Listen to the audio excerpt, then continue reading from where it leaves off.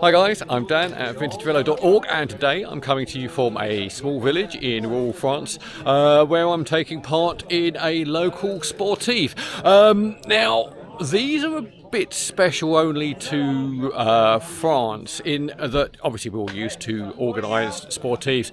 Out here a lot of the time in the summer you just get a poster or two appear in a field or next to a church or something like that that just says that there is an event going on, and you rock up. There's no website, there's no route inspection, there's no maps, there's no nothing. I have no idea where any of this is going. I think I'm doing 90 kilometres, but I'm going to try and follow some wheels and hope that I don't get too lost.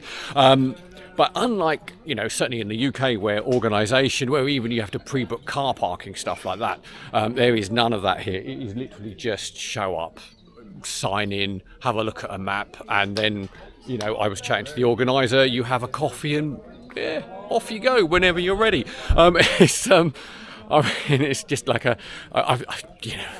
I don't know what to say really. I've seen better organised club runs, but it looks like fun. Now, interestingly, this one is a VTT. No, sorry, it's a velo ride. If you see VTT, that's Vélo tout terrain.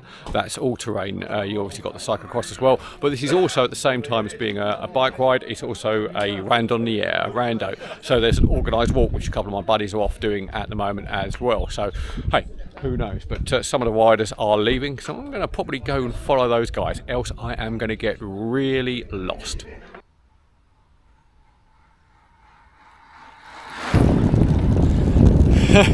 Well, one of the problems of not having a clue where you're going is that you can make the odd little mistake. I almost just turned up someone's driveway back there where I missed a turning because I didn't know it was there.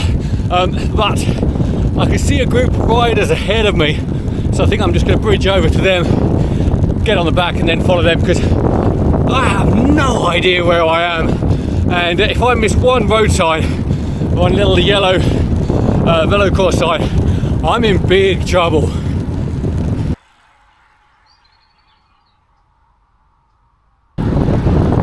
Now this is kind of cool.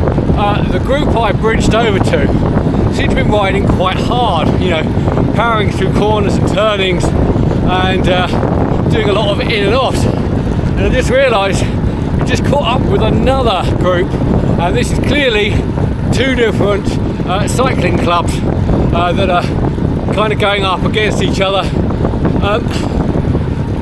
Not sure what's going to happen now. I'm just going to carry on following, and because if I do anything, I'm just going to get lost. But let's see what happens.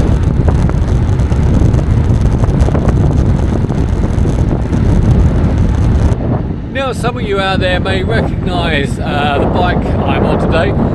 It is the 1992 TVT Giton, ridden by Richard Virenques in that season, where he took a yellow jersey quite early on, if only for a day at the Tour that year, but also came second at his first attempt ever at the King of the Mountains, which he went on to what it's fair to say a fairly drug-fueled 7 King of the Mountain wins. It's a great bike to ride. I like it a lot. The frame is really nice.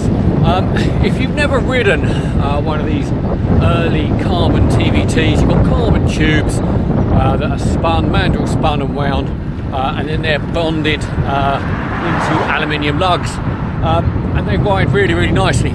They're kind of like a fairly plush Columbus SL steel kind of feel, but you get that urge, the acceleration that if you ride carbon bikes you'll be familiar with. You don't get much of that, but you definitely get more of that than you do out of steel, and it is a little bit lighter. This thing comes in at 9 kilo on the dot, but the wheels are quite heavy and the saddle's heavy. I could definitely build this down to 8.5 kilo with period parts if I wanted, but that wasn't the idea of the build on this one.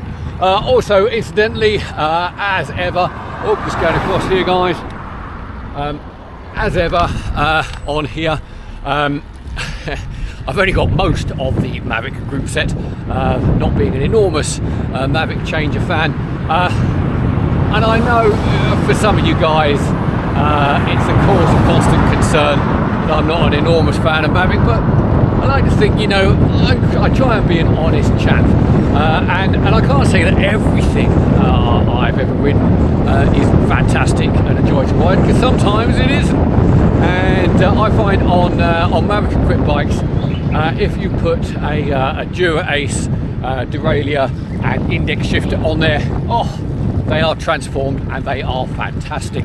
And that's what I've done on this. You know, when you think 1992, at that point, Mavic, you know, still using 7-speed retrofriction shifters, down tube shifters on there.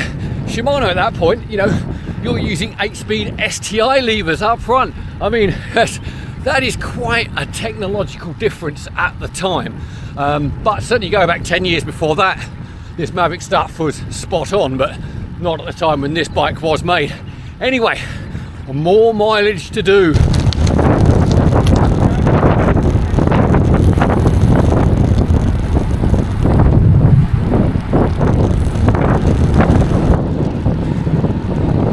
You have to excuse the slightly dishevelled state of me now.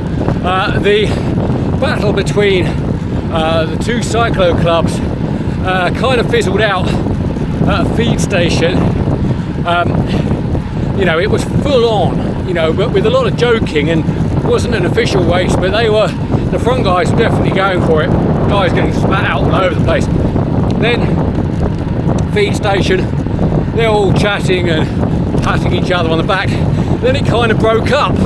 People kind of left the feed station in 1s and 2s, which was a bit of a shame because the pace we were putting on was pretty impressive. I met up with the 3 front runners from that group, and we did best part of 30 kilometers with them doing in and offs and me hanging on the back, but they were averaging well in excess of 40 kilometers an hour, and it's a bit lumpy and bumpy, and I just couldn't hold that pace to the end, so I've just dropped off them and I'll let them go off and destroy themselves, and I'm just going to recover a little bit, drink a bit more fluids. I don't think I'm lost, but I don't know where I am, so I'm certainly on the return leg and kind of headed in the right direction. Who knows?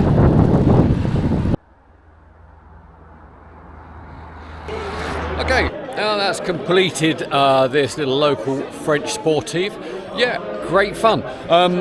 Just a sniff under 100 kilometres, about 1100 metres of climbing, so, you know, nothing crazy there. But the speed, that was pretty high. I was at about 32 kilometres an hour, not hanging around there. And, you know, if I'd have stuck with the fast guys, probably would have been even crazier faster. But, yeah, great nonetheless.